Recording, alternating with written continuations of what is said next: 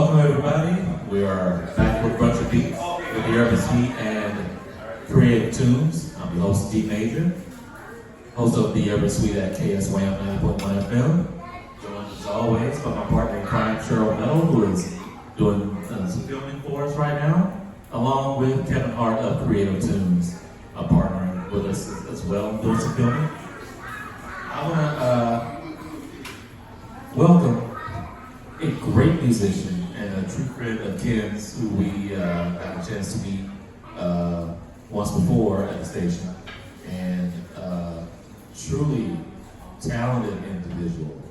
And I am fortunate that he's able to join us today to talk about life and music and what he's got going on. So please welcome Doug Garceau. Please welcome to the Urban Suite and Brunch Beats. Y'all give it up for him. Yeah! So, I said, we were informed by Kim about all the great things that you do. And, Secret of God. well, it was coming from Ken. You know, he's standing on business, so he means what he says. I would assume, if I remember right, we got you in the studio station. Not a, San Antonio's not exactly your home, per se. You know, I lived in Michigan most of my life, I guess. Well, maybe not, but I lived in Detroit for 20 years. 20 years in Detroit. How was the transition from Detroit to San Antonio? It's a city. Cities are cities. Okay. You're in the north or south streets, so then you know from there. How much of the musical influences in Detroit had on you as a musician? It's a rich area of music. I worked with people that worked on Marvin Gaye's What's Going On album. I studied with these people. He wrote, a guy named Dave Vanderbilt, he was a arranger. He arranged all the music for that album. He did Papa Was a Rolling Stone. These are guys that have been speed. I never got to play with them, but I took classes with them. That in itself is amazing. To be amongst, true legends of the craft. To learn and study from, to get to the point where you are right now. That's amazing in itself. Well, he's, rock and roll is amazing too, but jazz and blues, and every single thing there is, Detroit's got it. Great musical talent. How much of that has influenced you what you're doing now? Well, when I started playing guitar, I guess I always wanted to be a studio musician. So I studied everything I could. I studied classical music, jazz, and then I played in bands, rock bands, and did acoustic gigs, folk music and stuff. I just tried to learn everything from everybody. So now, when I do a camp, I can kind of, 99% of the time I can say, all right, well, he's doing this, but I know I can sneak this in there. So what was your first, interest in music? What was your spark? What got you into wanting to become a musician? I wanted to meet girls. There you go. That works. So, see the help. I did, quite a bit. No, my brother came home from Vietnam and had an album called Crosby, Stills, Nash and Young, Four-Way Street. And that influenced me quite a bit. A lot of other music that he had, but that in particular. They sang a lot of harmonies. I like singing. The musicianship was fantastic. All of that, hippie stuff. It was all good. Great influence. What made you choose guitar instead of any other particular instrument that you want to go into instead of ultimately become a studio? I played drums first, I think, and but it was in a drum and bugle chord. It wasn't a trap song. Okay, I love drum and bugle chord. Was a particular chord that you follow in particular, or you just love all the My DCI? sister-in-law played snare in a family regiment. Really? That's it. Rockford, Illinois. Okay. Yeah, they were pretty much professional musicians. Yeah. Not everybody understands what goes into the touring, the practice, the performances. It's That's it's devotion. yeah, true. My wife and I just watched something on TV the other night. A drum player in Germany. And they were just fantastic. But they just played drums and they have a flag section. It was fantastic. Do you normally go to the competitions they have in July when it comes to the Alamo Dome? No, I haven't been there. I've been to Detroit, Chicago, Philadelphia, around the East Coast and stuff like that. But I've been live. It's fantastic live. It's been years since I've been to a DCI event here in San Antonio. I think when they first came, they were still over at the old Alamo Stadium before they start moving into the Alamo Dome. I'd love to go again. It's just a truly inspirational atmosphere when you're there, watching all these large ensembles take the field. It's even from when I was doing it. It's another world. They're doing choreography and musical arrangements that are beyond average. That's for sure. The way it is now, it just gets better. Yeah. I'm trying to remember which corps actually moved to San Antonio. They've been here for a few years now. I think it might be Crossing. I'm not sure. I've been out of the loop.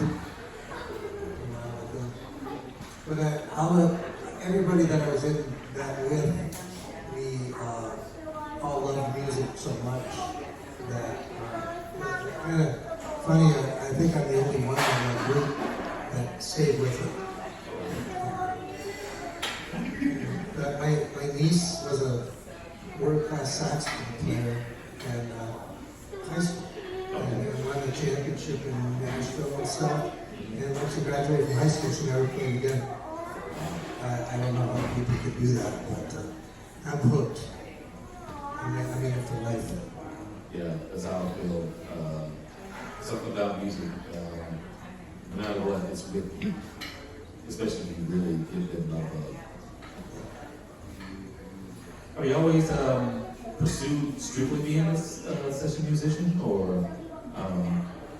Oh no, I played in bands. I toured with bands and stuff. Oh, tour. It's not as great as it sounds.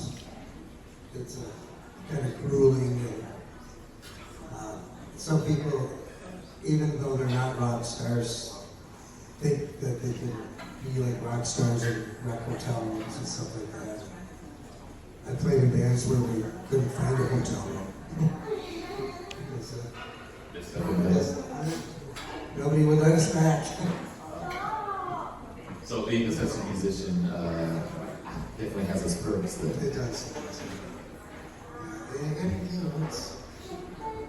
And it's something new every time. But with Ken, I never know what I'm going to walk into. And, it's always a challenge. We'll start from a little kernel or something and grow it into a big tree in about an hour. Now, do you also write your own material? Yeah. On my TikTok channel, I've got all original music. How long have you had it? About a year and a half or so. I just passed 11,000 followers. 11,000 followers. Well, most of them are Jennifer Aniston. Oh man. No, actually, about 100 people followed me that said they were Jennifer Aniston. Okay, so when did you meet him, and when did you two start working together? What was that? What was that like to meet someone with a similar mindset on approaching music and working together to put out so much material like both of you do? You don't know, you never know until it happens. And you have to be willing to go out and do that. Be available, I guess. But a mutual friend of ours introduced us, and I played on national release that I can't read. That was the Creative Tunes Society. And after that, we just started getting together every Saturday and making music. Are you working with any other musicians right now? How demand are you currently to just pick up gold and just sit in? I'm in demand from other people besides musicians. Work, working in my house. Those demands, but I'm in the process of recording an album of my own music, and I have the musicians lined up. A bass player and a drummer, really two bass players, and I'll be playing keyboards and guitars and doing all the singing, and hopefully we're gonna get started actually tracking within the next month or so. In particular style that you're looking to perform, is just whatever comes to mind? Or you think you'll get a project perfectly as It's kind of, I guess, getting back to that Crosby, Stills, Nash influence, kind of country rock. I like to play distorted, loud guitar, and so there's a lot of that. Yeah. It's kind of folk, I guess. It's hard to pin it down. Each song has a life of its own. That kind of thing. Definitely keep us in mind, because Cheryl and I would definitely like to take a listen to it. Like as you said, music speaks to you in many different ways. So, we're definitely interested in taking a listen to some of these guys. Is there a particular team that you're looking at, or you just really just getting started? I just want to see. It's like, are you looking at a particular ETA when you might want to finish up the project, or just kind of get started, see where everything goes, and then it's going to be kind of a 5-song trip each time. I'm going to just put all the basic tracks done 5 songs at a time, and then it's all up to me. So I'd like to have it done by the end of the year. that's good.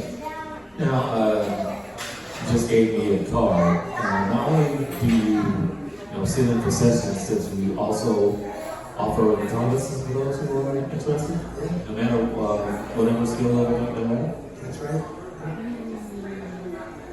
How often is this depending on who schedules? Well, there's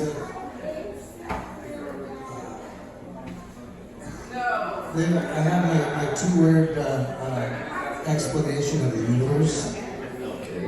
It's commitment and devotion. Yes. Everything seems to revolve around that if you're going to get anywhere.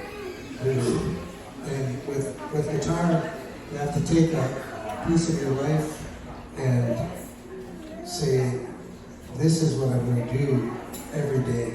It doesn't have to be hours a day, it could be a half hour a day, but it's that commitment and that devotion to it.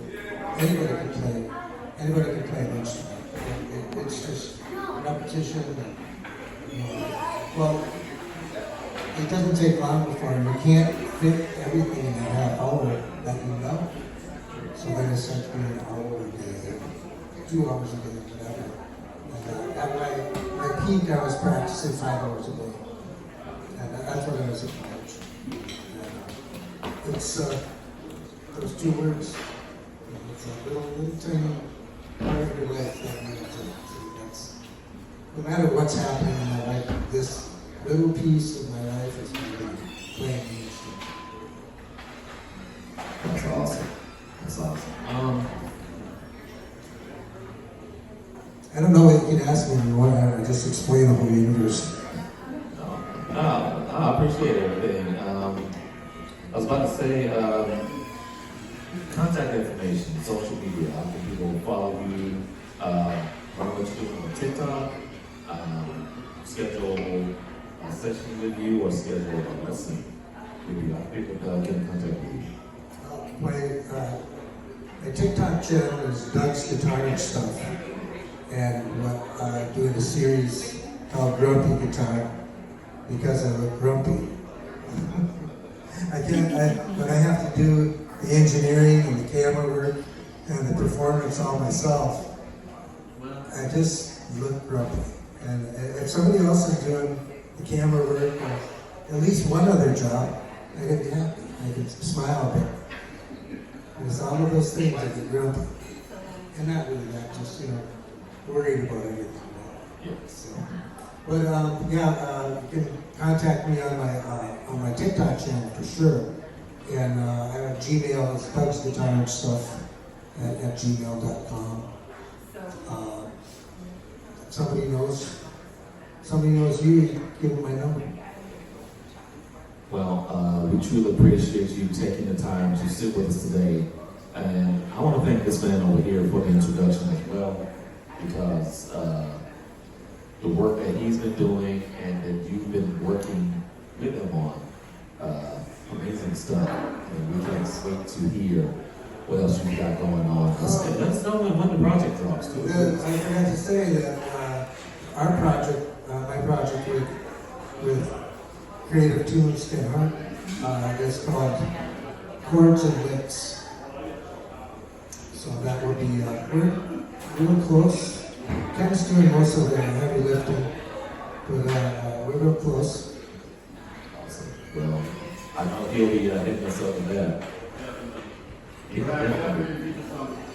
Oh, for sure. We can't wait to hear it. So we're going to feature some music? Yes. Well, Ken just played a bunch of stuff that before we got started that I played on with him. But I'll play some of my music from TikTok. Sounds good. That's something that you'll probably hear. Awesome. We can't wait to hear it. I think the first one, you never know how these things are going to work either.